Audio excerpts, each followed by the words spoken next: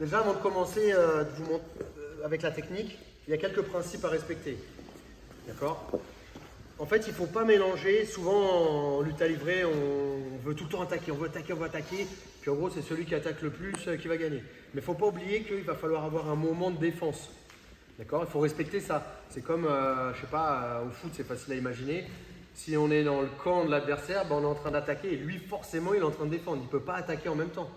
Ben nous, c'est la même chose. Si lui, il est en train de gagner du terrain sur moi, ben je ne peux pas attaquer.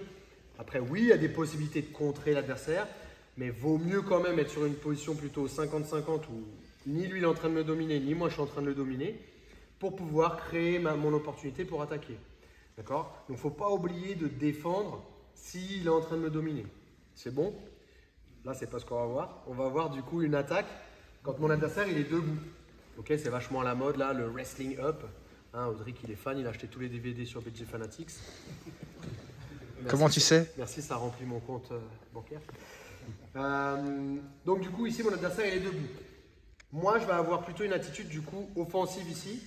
D'accord? S'il me met beaucoup la pression, il va réussir à me mettre sur le dos, oh, boum, je vais me retrouver ici. Et pour moi, c'est plutôt une position où je vais être sur la défense ici.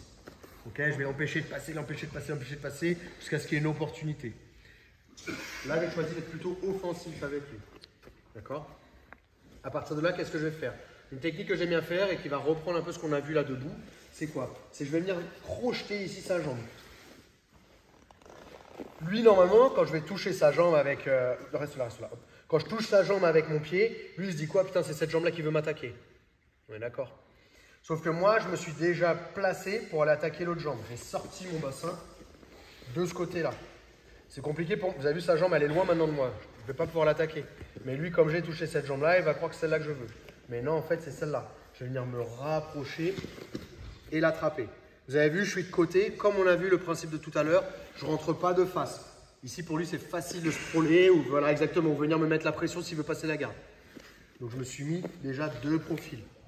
J'attrape sa jambe, je vais venir mettre un peu de pression avec mon épaule sur son genou pour que son pied soit léger et que je puisse retirer ma jambe comme si je voulais balayer le sol.